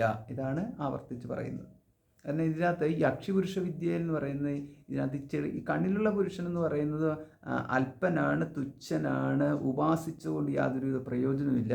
അതേസമയം നമ്മൾ ഒരു ഭീമാകാരമായിട്ട് ഒരു രൂപം ഉണ്ടാക്കിയിട്ട് ആ രൂപത്തിനെ ഉപാസിക്കുകയും ഒരുപാട് മന്ത്രങ്ങളൊക്കെ ചെയ്തിട്ട് അവിടെ ബലി തർപ്പണാദികളൊക്കെ നടത്തി ആഘോഷങ്ങളും ഇതൊക്കെ നടത്തി കഴിഞ്ഞാൽ അങ്ങനെയുള്ളതല്ലേ ശ്രേഷ്ഠത്വം? ഇതൊരു സംശയമായിട്ട് വരും. അപ്പോൾ അവിടെയാണ് പറഞ്ഞിരിക്കുന്നത് അത് ഛായാപുരുഷൻ എന്നുള്ളത്. അപ്പോൾ അതെന്ന് പറഞ്ഞു കഴിഞ്ഞാൽ അത് പ്രതിമ, പ്രതീകം തുടങ്ങിയിട്ടുള്ള ഉപാസനകളെക്കുറിച്ച് പറയുന്ന ഭാഗത്താണ് അതിനെക്കുറിച്ച് പറഞ്ഞിരിക്കുന്നത്. അപ്പോൾ വിഗ്രഹം തുടങ്ങിയിട്ടുള്ളതിനെക്കുറിച്ചുള്ള വിഷയങ്ങൾ അവിടെ കിടപ്പുണ്ട്. അതായത് സങ്കല്പത്തിൻ്റെ സഹായികൾ എന്നുള്ള രീതിയിലാണ് അവിടെയൊക്കെ അതിനെയൊക്കെ പരാമർശിച്ചിരിക്കുന്നത്. അതായത് ഏതൊന്ന് കണ്ടു കഴിഞ്ഞാൽ നമുക്ക് സങ്കല്പം ദൃഢമാകുമോ, ഏതൊന്ന് കണ്ടു കഴിഞ്ഞാൽ നമ്മുടെ മനസ്സ് അന്ധഃകരണത്തിന് നിശ്ചലത്വം, നൈശ്ചര്യം, ചരണം, അതിന്മേൽ ആ കൽപ്പനയിലൂടെ നമുക്ക് അന്ധഃകരണത്തെ കൊണ്ടുപോകാൻ സാധിക്കുന്നതോ ഇങ്ങനെയൊക്കെയുള്ളതിന് സഹായകരമായിട്ടുള്ള രീതിയിൽ ഉള്ളതാണ് ഈ പറഞ്ഞിരിക്കുന്ന ബാക്കിയുള്ളതെല്ലാം പറഞ്ഞിരിക്കുന്നത്. അപ്പോൾ അതാണ് ഉപാസനയുടെ ദൃഷ്ടിയിൽ കൂടെ നോക്കുമ്പോൾ. അപ്പോൾ ഇതിനകത്ത് നമുക്ക് നമ്മളതിനെ യാഥാർത്ഥ്യമാക്കിക്കൊണ്ട് ഇതാണ് ദേവത എന്ന് പറഞ്ഞുകൊണ്ട് പിടിക്കുന്ന ആൾക്കാരുമുണ്ട്. അപ്പോൾ അങ്ങനെയൊക്കെയുള്ള ആൾക്കാരുള്ളപ്പോഴാണ് നമ്മളുടെ ശാസ്ത്രത്തിന് അവർ പ്രാധാന്യം കൊടുക്കുന്നില്ല, പകരം അവർ അവരുടേതായിട്ടുള്ള വിചാരത്തിനാണ് പ്രാധാന്യം കൊടുക്കുന്നത് എന്ന് മനസ്സിലാക്കണം. അപ്പോൾ അതുകൊണ്ടാണ് നമുക്ക് ബ്രഹ്മസൂത്രം ഒന്നും പഠിക്കാൻ ആളില്ലാതെ പോകുന്നതിൻ്റെ പ്രധാന കാരണമാണ്. കാരണം ബ്രഹ്മസൂത്രമൊക്കെ പഠിക്കും തോറും നമുക്ക് കൂടുതൽ ഇതിനകത്ത് ഒരു വ്യക്തത വരും. ഇത് വ്യക്തത വരുത്താൻ വളരെ ബുദ്ധിമുട്ടുള്ള കാര്യമാണ്. ഉപാസന ചെയ്യാനും അമ്പലത്തിൽ പോകാനും എളുപ്പമാണ്, അത് വളരെ എളുപ്പമാണ്. പക്ഷേ ഈ ബ്രഹ്മസൂത്രം പഠിച്ചിട്ട് ഇതിനകത്തൊരു ക്ലാരിറ്റി കിട്ടുക എന്ന് പറയുന്നത് ഇച്ചിരി ബുദ്ധിമുട്ടുള്ള കാര്യമാണ്. പിന്നെ അപ്പോൾ ആ പുരുഷനെക്കുറിച്ചാണ് പറയുന്നത്. അപ്പോൾ ഇനിയിപ്പോൾ അടുത്ത മന്ത്രത്തിൽ അടുത്ത പ്രകരണം തന്നെ പറയുന്നതാണ് ഈ പുരുഷൻ എന്ന് പറയുന്നത് അന്തര്യാമിയാണ് എന്നുള്ളത്. അതുകൊണ്ടാണ് അന്തര്യാമി അധികരണം എന്നാണ്.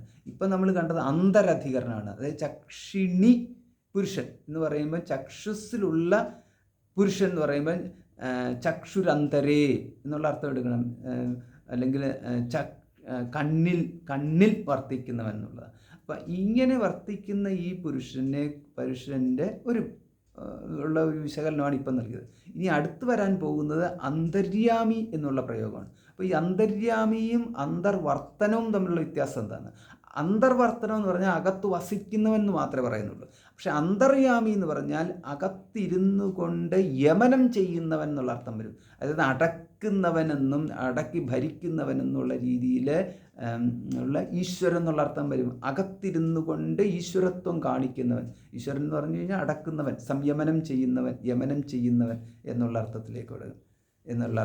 അപ്പോൾ അതാണ് അടുത്ത ഇതിലേക്ക് പോകുന്നത്. അപ്പോൾ ഇതിനകത്ത് അപ്പോൾ ഈ പുരുഷനെക്കുറിച്ച് പറഞ്ഞു കഴിഞ്ഞാൽ ഈ ദേവതാ സ്വരൂപമായിട്ടുള്ളതല്ല എന്നുള്ള ഉറപ്പിച്ച് പറയാൻ വേണ്ടിയിട്ട്, അത് അക്ഷിപുരുഷൻ എന്ന് പറയുന്നത് ദേവതാ സ്വരൂപമായിട്ടുള്ളതല്ല. അതുകൊണ്ട് ഈ മന്ത്രം ഇവിടെ ബാധകമാണ്. ഭീഷാസ്മാത് വാതഃ പവതേ ഭീഷോദേതി സൂര്യഃ ഭീഷാസ്മാദ് അഗ്നിശ്ചേന്ദ്രശ്ച മൃത്യുർധാവതി പഞ്ചമഃ എന്ന്. അതായത് തൈത്തിരീയോപനിഷത്തിനകത്തുള്ള ഈ മന്ത്രമാണിത്. ഭീഷാസ്മാത്, തൈത്തിരീയം 2:1-8. ഭീഷാസ്മാത് വാതഃ പവതേ, അസ്മാത് ഇവനെ ഭയന്നിട്ട്, ഭീഷാ ഇവനെ ഭയന്നിട്ട്, വാതഃ പവതേ വായു വീശുന്നു, ഭീഷോദേതി സൂര്യഃ സൂര്യൻ ഇവനെ ഭയന്നിട്ട് എന്നുള്ളത് ആ ഒരു അസ്മാത് എന്നുള്ളത് എല്ലായിടത്തും ബാധകമാണ്. ഭയന്നിട്ട് ഉദേതി ഉദിക്കുന്നു, ഭീഷാസ്മാദ് അഗ്നിശ്ചേന്ദ്രശ്ച അഗ്നിയും ച ഇന്ദ്രശ്ച ഇന്ദ്രനും, ഭീഷ ഇവനെ ഭയന്നിട്ട്, അതായത് അവരവരുടേതായിട്ടുള്ള കർമ്മത്തിൽ വ്യാപൃതരായിരിക്കുന്നു. മൃത്യുർധാവതി പഞ്ചമഃ അഞ്ചാമനായിട്ട്, മൃത്യുഹു ധാവതി മൃത്യു ഓടുന്നു ഇവനെ ഭയന്നിട്ട് എന്ന്. അപ്പം മൃത്യുധാവതി പഞ്ചമഃ എന്ന് പറയുമ്പോൾ അഞ്ചാമനായിട്ട് മൃത്യു ഓടുന്നു എന്ന് പറഞ്ഞു കഴിഞ്ഞപ്പോൾ ഏതർത്ഥം നമ്മൾ എടുക്കും? അഞ്ചാമനായിട്ട് എന്നുള്ള പ്രയോഗത്തിൽ മറ്റുള്ള ദേവതകളോടൊപ്പമാണ് പറഞ്ഞിരിക്കുന്നത്. വാതഃ പവതേ സൂര്യഃ, ഇങ്ങനെ 2 പറഞ്ഞു. വാത സൂര്യ, പിന്നെ അഗ്നിയും ഇന്ദ്രനും പറഞ്ഞു. പിന്നെ 5 എന്നുള്ളതാണ് പഞ്ചമഹ എന്ന് പറഞ്ഞാൽ, പിന്നുള്ളത് മൃത്യുവാണ് പറഞ്ഞത്. അപ്പോൾ മൃത്യു ഇവരുടെ കൂട്ടത്തിലുള്ള ഒരു ദേവതയായിട്ടും അത് ബാക്കി 4 പേരുടെ കൂടെയുള്ള ദേവത തന്നെയാണ്. അങ്ങനെ വരുമ്പോൾ സ്വധർമ്മ നിരതനായിട്ടുള്ള ദേവതയാണ് മൃത്യു. മൃത്യുവിൻ്റെ സ്വധർമ്മത്വം എന്ന് പറയുന്നത് ഈ ജീവനെയും സ്ഥൂല ശരീരത്തെയും വേർപെടുത്തുക, ഈ ഒറ്റൊരു ധർമ്മം മാത്രമേ ഉള്ളൂ. സ്ഥൂല ശരീരത്തിൽ നിന്നും സൂക്ഷ്മ ശരീരത്തിനെ വേർപെടുത്തുക, അതായിരിക്കും കുറച്ചുകൂടെ നല്ലത്. സ്ഥൂല ശരീരത്തിനെയും സൂക്ഷ്മ ശരീരത്തിനെയും വേർപെടുത്തുക എന്ന് പറയുന്നതിലേക്ക് വ്യാപൃതനായിക്കൊണ്ട് മൃത്യു എപ്പോഴും ഓടി നടക്കുന്നു. അതേസമയം സൂക്ഷ്മ ശരീരത്തിൽ നിന്നും ജീവാത്മാവിനെയും തമ്മിൽ വേർപെടുത്തുക എന്ന് പറയുന്നത് മൃത്യുവിനാൽ സാധ്യമായിട്ടുള്ള കാര്യമല്ല. അതുകൊണ്ടാണ് മൃത്യുവിന് ഈ ആത്യന്തികമായിട്ട് ശരീരത്തിൽ നിന്നും ജീവാത്മാവിനെ മാറ്റുക സാധ്യമല്ല എന്ന് പറയാൻ കാരണം. അതുകൊണ്ടാണ് നമ്മൾ ഇത് എപ്പോഴും കാണുമല്ലോ, അമരഹ ജീവാത്മാ എന്ന് പറയുന്നത് ഒരിക്കലും നാശമില്ലാത്തതെന്ന് പറയാൻ കാരണം ഇതാണ്. സൂക്ഷ്മ ശരീരത്തിൽ നിന്നും ജീവാത്മാവിനെ മാറ്റാനുള്ള ശേഷി മൃത്യുവിനൊരിക്കലും ഇല്ല. സ്ഥൂല ശരീരത്തിൽ നിന്നും മാറ്റാമെന്നുള്ളതാണ്. അപ്പോൾ സ്ഥൂല ശരീരത്തിൽ നിന്ന് മാറ്റുക എന്ന് പറഞ്ഞു കഴിഞ്ഞാൽ അത് ഏറ്റവും ഈസി ആയിട്ടുള്ള കാര്യമാണ്. സ്ഥൂല ശരീരത്തിന് ഏതെങ്കിലും തരത്തിലുള്ള ഒരു അപാകത വരുത്തിയാൽ സ്ഥൂല ശരീരവും സൂക്ഷ്മ ശരീരവുമായിട്ടുള്ള ബന്ധം വേർപെടുത്തും. അത്രയും മൃത്യുവിനോട് സാധ്യമാവത്തുള്ളൂ. അപ്പോൾ അതുകൊണ്ട് മൃത്യു ലോകം എന്ന് പറയുന്നിരിക്കുന്നത് ഈ സ്ഥൂല ശരീരത്തിൻ്റെ ലോകം തന്നെയാണ്. സൂക്ഷ്മ ശരീരത്തിൻ്റെ ലോകത്തിലേക്ക് മൃത്യുവിന് പ്രവേശനമില്ല. അതുകൊണ്ടാണ് ദേവലോകത്ത് മൃത്യുവില്ല, ചന്ദ്രലോകത്ത് മൃത്യുവില്ല തുടങ്ങിയിട്ടുള്ള പ്രയോഗങ്ങൾ. അവിടെയൊന്നും മൃത്യുവിന് സ്ഥാനമില്ല എന്ന് പറയുന്നതിൻ്റെ കാരണം അത് തന്നെയാണ്. കാരണം മൃത്യു എന്ന് പറയുന്നത് ഇവിടെ സ്ഥൂല ശരീരവും സൂക്ഷ്മ ശരീരവും തമ്മിൽ വേർതിരിക്കുന്ന സ്ഥലത്ത് മാത്രമേ പ്രസക്തിയുള്ളൂ എന്ന്. പിന്നെ മൃത്യു എന്നവിടെ പറയാൻ സ്ഥൂല ശരീരത്തിന് സൂക്ഷ്മ ശരീരവുമായിട്ട് പല സന്ദർഭങ്ങളിലാണെന്നുണ്ടെങ്കിൽ വേർപിരിയൽ ഉണ്ടാവുന്നുണ്ട് എങ്കിലും, അതായത് സ്ഥൂല ശരീരത്തിൻ്റെ പല ഭാഗങ്ങളും സൂക്ഷ്മ ശരീരത്തിൽ നിന്ന് മാറിപ്പോവാം. അങ്ങനെ മാറിപ്പോകുന്ന സന്ദർഭത്തിൽ ഇപ്പം ഹസ്തച്ഛേദനം, കൈ മുറിച്ചു മാറ്റി. അപ്പം കൈ മുറിച്ചു മാറ്റി കഴിഞ്ഞാൽ സ്ഥൂല ശരീരത്തിൻ്റെ ഒരു ഭാഗം അവിടെ മാറിപ്പോയി. അപ്പോൾ ആ മാറിപ്പോയ സ്ഥൂല ശരീരത്തിൻ്റെ ഭാഗത്തെ പഴയ സൂക്ഷ്മ ശരീരത്തുമായിട്ട് സംബന്ധമില്ലാത്തതിനാൽ അവിടെ സൂക്ഷ്മ ശരീരത്തിനെ കൊണ്ട് ആ സ്ഥൂല ശരീരത്തിന്മേൽ പ്രവർത്തിപ്പിക്കാൻ സാധ്യമല്ല. അപ്പോൾ എവിടുന്ന് സൂക്ഷ്മ ശരീരം മാറുന്നോ അവിടുന്നുള്ള പ്രവൃത്തികളെല്ലാം അസ്തമിക്കുന്നു എന്ന്. സൂക്ഷ്മ ശരീരത്തിന് സ്ഥൂല ശരീരത്തിൽ പ്രവർത്തിക്കാൻ സാധ്യമല്ലാതെ വരുന്ന ഒരു ഘട്ടത്തിൽ പിന്നീട് ഈ സ്ഥൂല ശരീരം പിന്നെ സൂക്ഷ്മ ശരീരത്തിന് യാതൊരുവിധ നിയന്ത്രണവും ഇല്ലാതായി പോകും. അങ്ങനെ യാതൊരുവിധ നിയന്ത്രണവും ഇല്ലാതായി വരുമ്പോൾ അവിടെ സൂക്ഷ്മ ശരീരവും സ്ഥൂല ശരീരവും സമ്പൂർണ്ണമായിട്ടും വേർപെട്ടു എന്ന് നമ്മൾ മനസ്സിലാക്കാം. അങ്ങനെ സമ്പൂർണ്ണമായിട്ട് വേർപെട്ട് കഴിഞ്ഞാൽ പിന്നെ അവിടെ മൃത്യു എന്നാണ് അതിനെ പറയുന്നത്. അപ്പോൾ മാത്രമാണ് അതിനെ മൃത്യു എന്ന് പറയുന്നത്. അല്ലാതെ നമ്മളിപ്പം കൈ മാത്രം മാറിപ്പോയി ഛേദിക്കപ്പെട്ടു അല്ലെങ്കിൽ കാല് മാത്രം ഛേദിക്കപ്പെട്ടു കഴിഞ്ഞാൽ മൃത്യു എന്ന് പറയുന്നില്ല. പിന്നെയും സ്ഥൂല ശരീരവും ഈ വ്യക്തിയുടെ ഏതെങ്കിലും ഒരു ഭാഗവുമായിട്ട് സൂക്ഷ്മ ശരീരവും ഈ വ്യക്തിയുടെ ഏതെങ്കിലും ഭാഗവുമായിട്ടുണ്ടെങ്കിൽ, അതായത് വ്യക്തിക്ക് നമ്മൾ പറയില്ല ബോധം എന്ന് പറയുന്ന ഏതെങ്കിലും തരത്തിൽ ബോധമുണ്ടോ അല്ലെങ്കിൽ ജീവൻ്റെ തുടിപ്പുണ്ടോ എന്നൊക്കെ പറയുന്നതുണ്ടെങ്കിൽ സൂക്ഷ്മ ശരീരം അവിടെ ഉണ്ട് എന്ന് സാരം. കംപ്ലീറ്റ് പോയി കഴിഞ്ഞാൽ പിന്നെ ഒന്നുമില്ല. അതുകൊണ്ടാണ് നമ്മൾ അവിടെ ഈ കാലഹ എന്ന് പറയുന്നത്, കാലവും ഈ മൃത്യുവും അവിടെ ഒന്ന് തന്നെ എന്ന് പറയുന്നതിൻ്റെയും കാരണം അതാണ്. കാലോസ്മി ലോകക്ഷയകൃത് പ്രവൃത്ത എന്ന് ഭഗവാനും അവിടെ പറഞ്ഞിട്ടില്ല. കാലം എന്ന് പറയുന്നത് മൃത്യു എന്ന് പറയുന്നത് ഒരുപോലെയാണ്. കാലത്താൽ മാറ്റപ്പെട്ടു എന്ന് പറയാം. കർമ്മത്താൽ മാറ്റപ്പെട്ടു എന്ന് പറയാം. കാരണം കർമ്മഫലം ക്ഷയിക്കുമ്പോഴാണ് അത് വിട്ടുപോകുന്നത്. അപ്പം കർമ്മഫലം നിൽക്കുന്നത് കാലത്തിലാണ്, കർമ്മഫലം അനുഭവിച്ചു തീരുന്നത് കാലത്തിലാണ്. അതുകൊണ്ട് കാലത്താൽ മാറ്റപ്പെട്ടു എന്ന് പറയാം. അതുകൊണ്ട് മൃത്യു എന്ന് പറയുന്നതും കാലം എന്ന് പറയുന്നതും ഒന്ന് തന്നെ ആയതുകൊണ്ടാണ് മലയാളത്തിൽ നമ്മൾ കാലൻ എന്നുള്ള ആ ഒരു പ്രയോഗം ഉണ്ടായത്. അത് ചുരുക്കത്തിലെന്ന് പറഞ്ഞു കഴിഞ്ഞാൽ ഇത് നമ്മൾ വ്യാകുലപ്പെടേണ്ടതായിട്ടുള്ള ഒരു വിഷയം അവിടെ ഇല്ല എന്ന്. പിന്നെന്താ വേണ്ടത് അവിടെ എന്ന് പറഞ്ഞു കഴിഞ്ഞാൽ നമ്മുടെ പുണ്യാർജനത്തിനുള്ള കാര്യം നമ്മൾ നോക്കിയാൽ മതി. പുണ്യം ആർജിക്കുന്ന വിധത്തിൽ നമ്മൾ എപ്പോഴും പറ്റുന്നത് പോലെ, അതായത് നമ്മൾ ദേവതാപ്രീതിക്ക് വേണ്ടിയിട്ട് നമ്മൾ ഒരിടത്തും ഓടിപ്പോകേണ്ട കാര്യമില്ല. അക്ഷിപുരുഷ വിദ്യ തന്നെ, അക്ഷിപുരുഷനിൽ പരമാത്മാവാണ്, അക്ഷിപുരുഷൻ പരമാത്മാവാണ്, ഹൃദയാന്തർവർത്തി പരമാത്മാവാണ്. പിന്നെ ഇതേമാതിരി അല്ല നമ്മളിൽ തന്നെ എന്നുള്ളത്, അതാണ് അതാണ് ശാരീരം എന്ന് പറഞ്ഞിരിക്കുന്നത്. അതുകൊണ്ട് ഈ ബ്രഹ്മസൂത്രത്തിൻ്റെ മറ്റൊരു പേരാണ് ശാരീരിക സൂത്രങ്ങൾ എന്ന് പറയുന്നത്. അപ്പോൾ ശരീരത്തിൽ വർത്തിക്കുന്നവൻ ശാരീരൻ, ശാരീരനെക്കുറിച്ച് പറഞ്ഞിരിക്കുന്ന വിഷയമാണ് ബ്രഹ്മസൂത്രം എന്നതിനകത്ത് നമുക്ക് മനസ്സിലാക്കിയെടുക്കാൻ സാധിക്കും.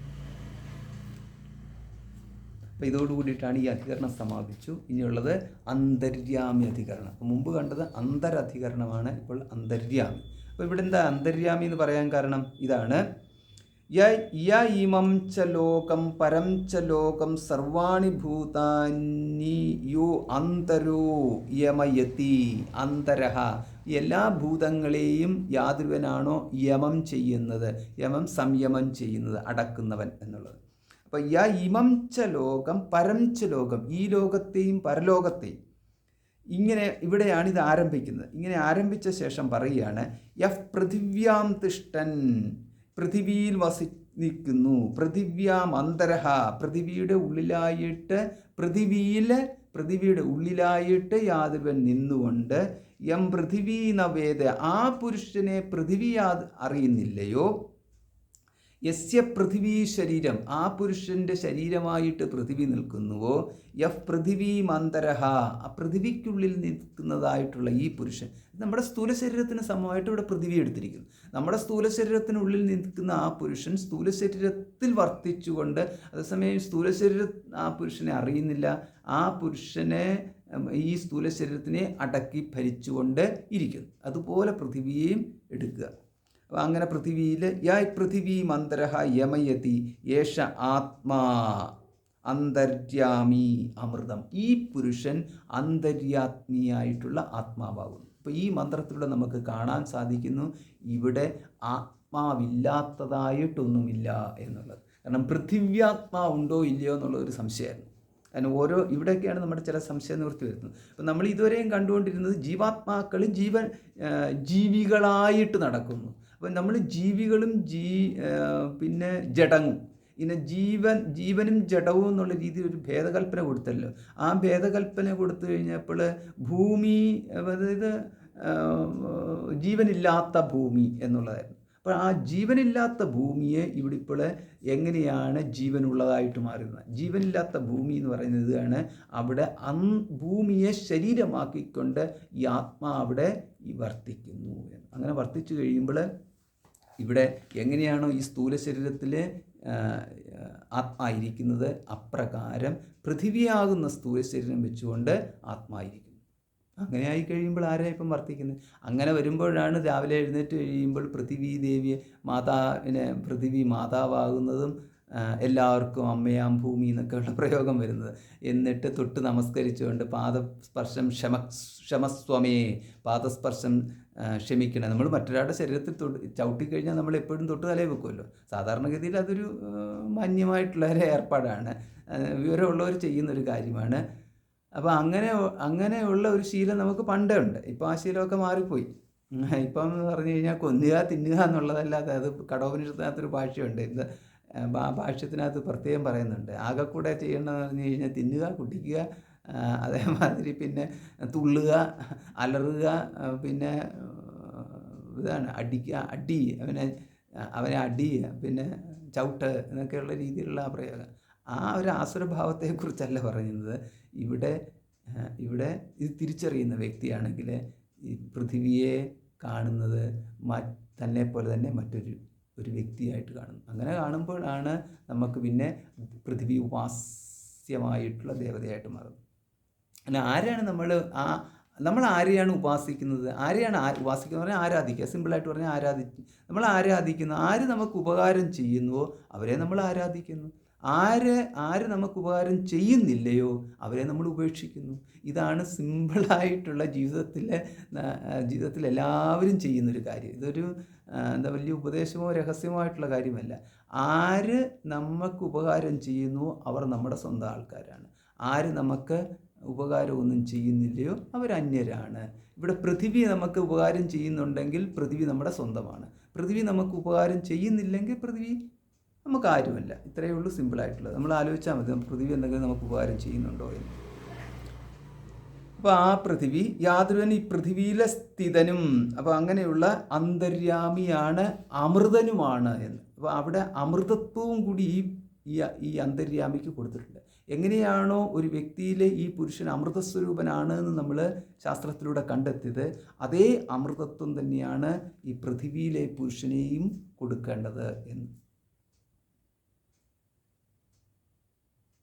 ഇതേമാതിരി ഇതുപോലെ നമ്മൾ എല്ലായിടത്തും കാണണം. എവിടെയൊക്കെയാണ് കാണേണ്ടത്? അധിദൈവം, അധിലോകം, അധിവേദം, അധിയജ്ഞം, അധിഭൂതം, അധ്യാത്മം. ഇങ്ങനെയുള്ള എല്ലാ മേഖലകളിലും ഇതേമാതിരി തന്നെ ഈ അന്തര്യാമിയെ കാണണം. അതുതന്നെ ഒരു വലിയ പണിയാണ്. എത്രയോ ദിവസങ്ങൾ, എത്രയോ മാസങ്ങൾ എടുത്തുകൊണ്ട് വേണം ഇതൊക്കെ കണ്ടുപിടിക്കാൻ. ഇത് അധിയജ്ഞം ഏതൊക്കെയാണ്? ഇത്യധിയജ്ഞം, അതിഭൂതം, അതിദേവം, ഇതൊക്കെ തൈത്തിരീയ ഉപനിഷത്തിനകത്ത് നമുക്ക് ഇതൊക്കെ അവിടെ വിശദമായിട്ട് പറഞ്ഞിട്ടുണ്ട്.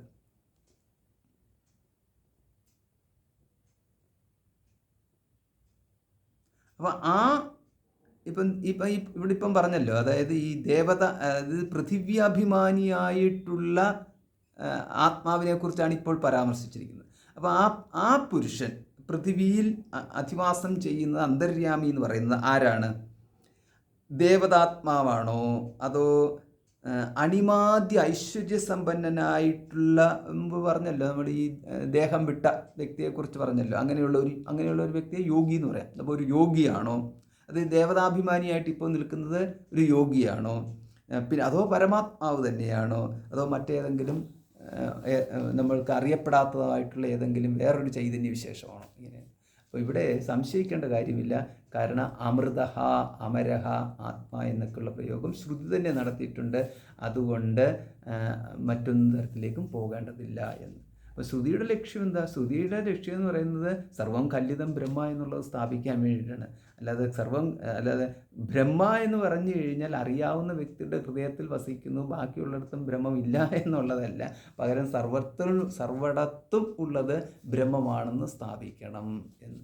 അങ്ങനെ സർവ്വയിടത്തും ബ്രഹ്മമാണെന്ന് സ്ഥാപിക്കുമ്പോൾ ഓരോരുത്തടവും എടുത്തുകൊണ്ട് ബ്രഹ്മമാണെന്ന് സ്ഥാപിക്കണം. ഇപ്പോൾ ഇവിടെയാണെങ്കിൽ എടുത്തിരിക്കുന്നത് അങ്ങനെയാണ്. അന്തര്യാമി എടുത്തുകൊണ്ട് അത് ബ്രഹ്മമാണെന്ന് സ്ഥാപിക്കുന്നു. ഇതിങ്ങനെയാണ് ബ്രഹ്മസൂത്രത്തിൻ്റെ പോക്ക്. അതായത് ഓരോരുത്തടത്തും ബ്രഹ്മമാണെന്നുള്ളത് സ്ഥാപിക്കണം. അങ്ങനെ വരുമ്പോൾ മാത്രമാണ് നമ്മുടെ ശ്രദ്ധയും, നമുക്ക് ഏതെങ്കിലും ഒരു തരത്തിൽ നമ്മുടെ ശ്രദ്ധയൊന്ന് മാറിപ്പോയി കഴിഞ്ഞാൽ അവിടെ നമുക്ക് വീണ്ടും അവിടെ നിന്ന് തിരിച്ച് വരാൻ സാധിക്കും. അങ്ങനെ തിരിച്ച് വരാൻ സാധിക്കുമ്പോഴാണ് നമുക്ക് ഒരു വ്യക്തത, ഒരു ക്ലാരിറ്റി കിട്ടുന്നത്. അല്ലെങ്കിൽ മറ്റുള്ളവർ നമ്മളെ തെറ്റിദ്ധരിപ്പിച്ച് കളയും.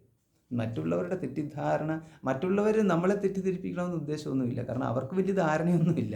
അവർക്ക് എന്തോ ഒന്നാണ് സത്യം. ആ ഒരു സത്യത്തിനപ്പുറത്തേക്ക് അവർ പോയിട്ടില്ല. പക്ഷേ അധികം പഠിക്കാൻ പോയി കഴിഞ്ഞാലും നമ്മളിതിൻ്റെ പിന്നാലെ പോയി കഴിഞ്ഞാൽ മറ്റുള്ളവർക്ക് നമ്മളെ തെറ്റിദ്ധരിപ്പിക്കാം എന്നുള്ളത്.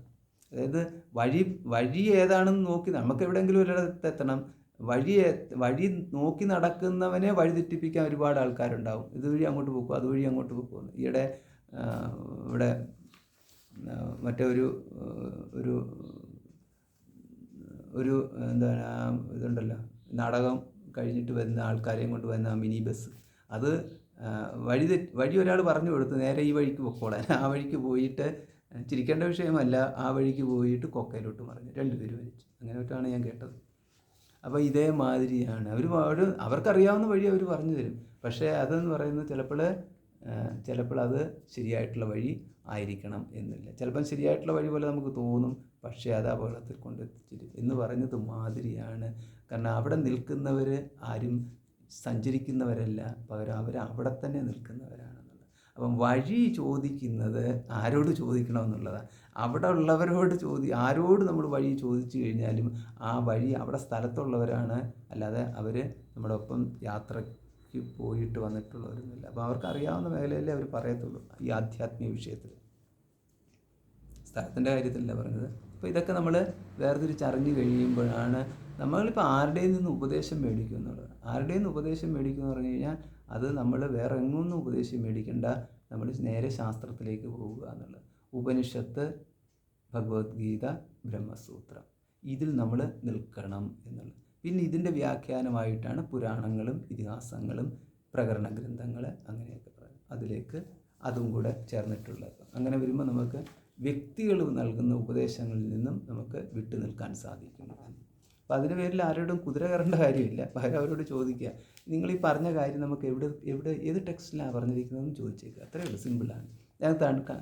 അപ്പോൾ അത് നമുക്കൊരു ക്ലാരിറ്റി കിട്ടുമല്ലോ എന്ന് പറഞ്ഞാൽ വേണമെങ്കിൽ നമുക്ക് ആവശ്യമുണ്ടെങ്കിൽ. അല്ലാതെ നമുക്ക് അവരെ പരിഹസിക്കാൻ വേണ്ടി അവരോടത്ത് നമ്മൾ അതിനെക്കുറിച്ച് ചോദിക്കാനൊന്നും പോകണ്ട. നമ്മുടെ ഒരു ലക്ഷ്യമേ ആക്കരുത് ഒരിക്കലും. അതൊരു പരിഹസിക്കുക എന്ന് പറയുന്നതും അവർക്ക് വിവരമില്ല എന്നുള്ളതും അവരെ അറിയിപ്പിക്കാൻ വേണ്ടി നമ്മൾ ശ്രമിക്കുകയേ വേണ്ട കാര്യമില്ല. ആദ്യം നമ്മുടെ കാര്യം നോക്കുക. അങ്ങനെ ആയിക്കഴിഞ്ഞാൽ തന്നെ ഒരു ലോകസമാധാനത്തിന് പിന്നെ പ്രത്യേകിച്ച് വേറെ ഒന്നും ചെയ്യേണ്ട കാര്യമില്ല. അപ്പോൾ നമുക്ക് ഈ സൂത്രത്തിൻ്റെ കുറച്ചുകൂടെ കാണാനുണ്ട്. അത് നമുക്ക് അടുത്ത ദിവസം കാണാം. ഓം പൂർണ്ണമതഃ പൂർണ്ണമിദം പൂർണ്ണാത് പൂർണ്ണമുദച്യതേ പൂർണ്ണസ്യ പൂർണ്ണമാദായ പൂർണ്ണമേവാവശിഷ്യതേ. ഓം ശാന്തി ശാന്തി ശാന്തി. ഹരി ഓം. ശ്രീ ഗുരുഭ്യോ നമഃ.